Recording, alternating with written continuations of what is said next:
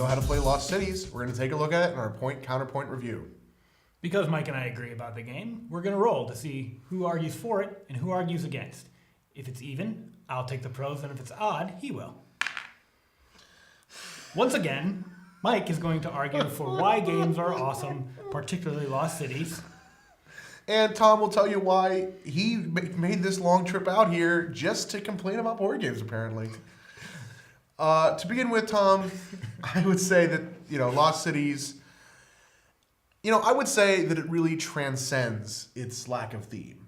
I would say that, though it is simply it's just a numbers and colors game. The theme is thin at best. Even that said, it feels like a dueling game. Mm-hmm. When I'm playing Lost Cities, I feel like I'm really getting in my opponent's head. When I'm discarding cards, I feel like I'm playing defense. I feel like I want to make sure I discard cards that he won't be able to use against me. That's kind of the defensive aspect of the fight. When I'm playing cards to my own side, I feel like that's my offense. The drawing cards from either the center of the table or from the deck, it just feels like there's a lot of back and forth. And because this is kind of a zero-sum game, because every card my opponent has is a card that I'm definitely not going to see. There's only one copy of everything. There's a strong sense of give and take with it. There's a real kind of back and forth. And like I said, it just makes me feel like I'm in this intense kind of mental battle of wits, a duel with my opponent. Yeah, it's interesting that the most compelling thing about this game, the dueling aspect, has almost nothing to do with the theme. And I think that's pretty rare for a game. It's too bad that I hate all games in general. Apparently. Usually because math is involved. So says that I.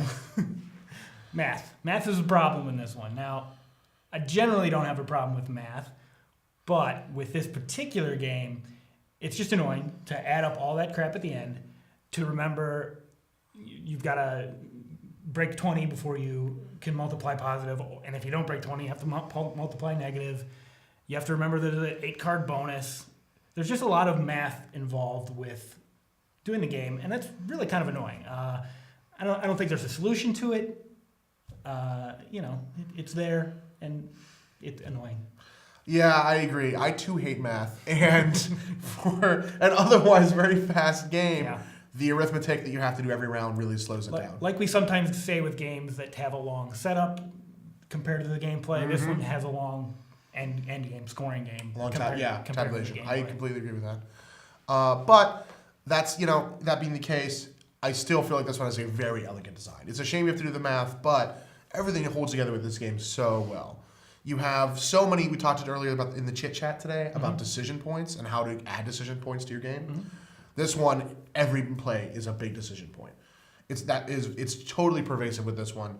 Every time you go to play a card, you're constantly asking yourself, okay, do I want to play this now or later?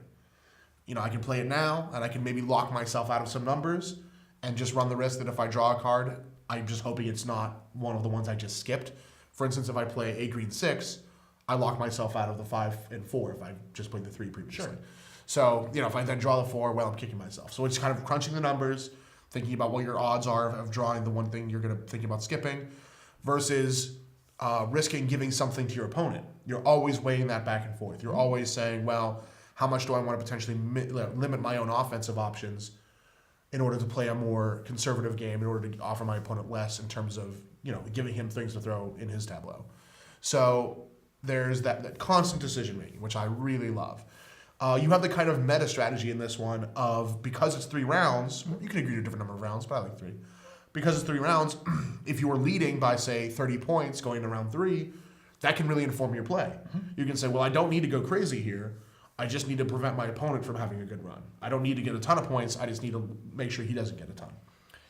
You mentioned 3 rounds, and it's not a con, but I would like to say that I wish that more attention was given in the rulebook to playing over multiple rounds. Because when I originally learned this game, we only ever played just one game. Really? To decide the winner. And after relearning the game to do for this show, playing it for three rounds in a set, it makes it really feel more competitive, more. Yeah, it adds a little bit of skill too.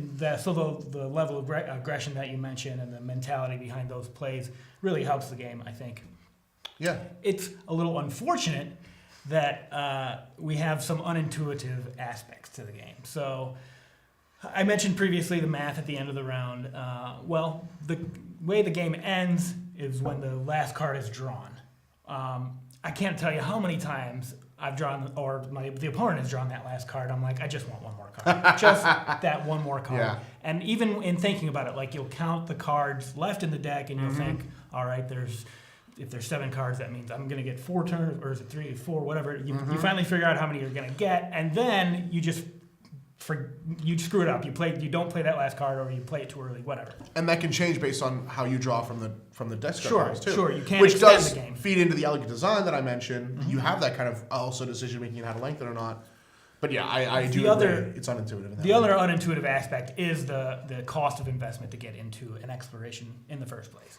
Once you pick it up, once you learn this aspect, it's not hard to get beyond. But first-time players, I've never seen a first-time player of this game play their first game and remember that they have to beat a score of 20 before they're scoring positive points. Yeah. Every time. So it's just a little too far on the unintuitive scale to make it good. Yeah. Oh, well. Yeah, I agree with that. Even though this is kind of the opposite of Space Captain or Fleet Captains. Yeah. Where Fleet Captains has a lot of rules, but they're really intuitive. Yep. When you hear them, they instantly click. They even hero click. Oh, good. But with this one, it's the opposite. There's a few rules. They're very simple, but they're a little unintuitive. So I will agree. I'll give you that one. But Tom, I've heard that you played this game every day for 2 years. You so are obviously greatly over-exaggerating. I mean, that's what I heard. That's all I'm saying. You played this every day for 2 years, which gives this game insane replayability. 700 games of Lost Cities, folks. This guy played. Yeah. So. But in all seriousness, I do feel like this one's very replayable. Even though it's very complete, there's an expansion would be ludicrous. I don't get tired of this one very easily. I always feel like I can pick it up and play it with somebody, and it'll be kind of fresh in some way. It's like Race a little bit in that you're constantly, because there's that constant decision making, you always feel like you can improve your play. Yep. You always feel like you could do something a little better. And really that kind of, the idea of juggling things and having to decide what you're giving up the least, kind of like what you can most afford to lose, is kind of, I think, indicative of a Reiner Knizia game. I feel like that's the kind of decision I'm always making in his games is, what can I afford to lose here? Because you're always giving something up. You can never do it all. You're always a little bit shy. You don't have quite enough actions or quite enough resources to do everything you want to do. And that critical decision of what to give up. That is most definitely a hallmark of his games. And that gives his games, and this one in particular, great replayability. First, let me comment on the replayability. I wouldn't say it's quite 700 games, maybe somewhere in the 600 range. But we did play it wrong all those years ago. It was the early aughts, and I guess we weren't too into reading rule books or something. I'm not sure. We used the backer cards multiplier incorrectly, but we used them incorrectly consistently. So I don't know if it changed the game too much. So that was an inadvertent house rule, to get back to our house rule chit-chat. Is it one you'd keep? No, I don't think I would. It just adds a level of snowballing, maybe. Swinginess. Swinginess. Allows you to pull away faster. It's not necessary. I would be surprised if in a Reiner Knizia game, in general, we would find a house rule helpful. The one I guess I do have with this one, actually, is that in the rule book, it says that you are not supposed to look at cards underneath other cards in the discard pile. I abolished that a while ago. I don't feel like we need to add a layer of memory to this game. If that was a rule, I never followed that. So yeah, that one I can see. But in general, his games, because they're so mathy, because they're so well designed from that perspective, it'd be hard to house rule them. So the other thing I want to say about replayability, I did play this many years ago, played it a lot, and then in relearning it for this shoot, it was a burden. Sure, there's lots of replayability, but I really felt like I had to climb that mountain again just to remember how everything interacted. So I don't know, maybe because I had done it so much the first time, I was burned out on it. But I can't deny a lot of replayability. The last negative thing I have to say about it is going to be that it's marginally overproduced. The cards are bigger than they need to be. The board is superfluous. It's just you don't need this much stuff. You could fit it in a totally small box. Show the box, yeah.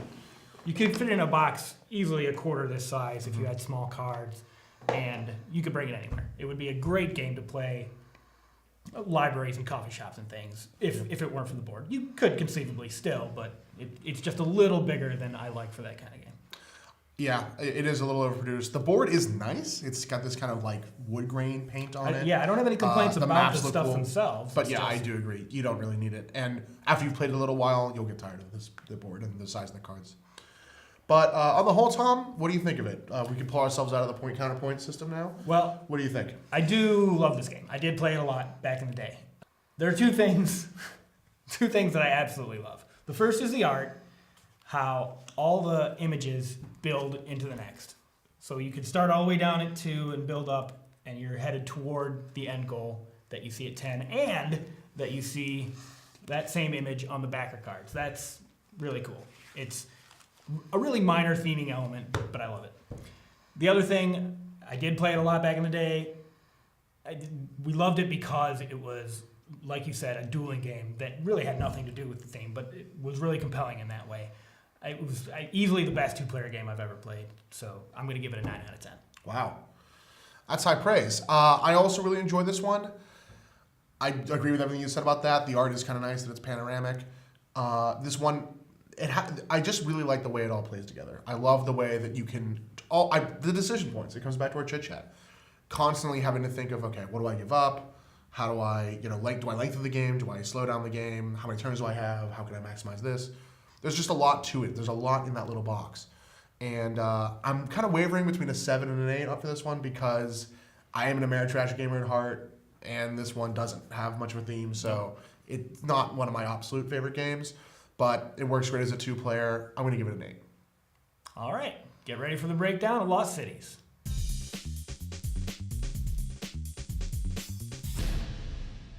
This is the breakdown of Lost Cities from Reiner Knizia. You can play a full 3-round game in 30 to 45 minutes, so we give it 90 short and 10 long. It's also a very fast game. We give it 90 fast and 10 slow. The turns are really short and you are always engaged on your opponent's turn. We give it 15 luck because the random deck can potentially sway a match, but it's mostly skill at 85. Lost Cities requires both strategy and tactics, but many of your tactical decisions will be weighed against future outcomes, so we give it 40 tactics and 60 strategy. On the surface, it might seem like Lost Cities is a solitaire game, but because of the dueling nature of playing cards versus holding cards versus when to discard cards, and the fact that it's a zero-sum game, that every card your opponent plays is a factor you have to consider, we give it 90 interaction and 10 independence. There's a bit of theme in the card art, especially with how the backer cards show the expedition's goal, so we give it 10 immersion and 90 abstraction. We give it 90 simplicity. It's so easy to learn and play. We give it 10 complexity, mostly because of the unintuitive nature in the rules surrounding investing in an expedition and when the game ends. We give it 85 portability and 15 grandeur. It's a very small game. It's highly portable. It does have a superfluous game board with it. We give it a perfect 100 in completeness. There's no reasonable way to expand this game. For our trophy scales, we give it 3 trophies in originality because it's a fun dueling math game that's kind of unique. We give value 3 trophies. It's easily affordable and the components are just fine. Mike gives it an 8 out of 10, Tom gives it a 9 out of 10, and that is the breakdown of Lost Cities.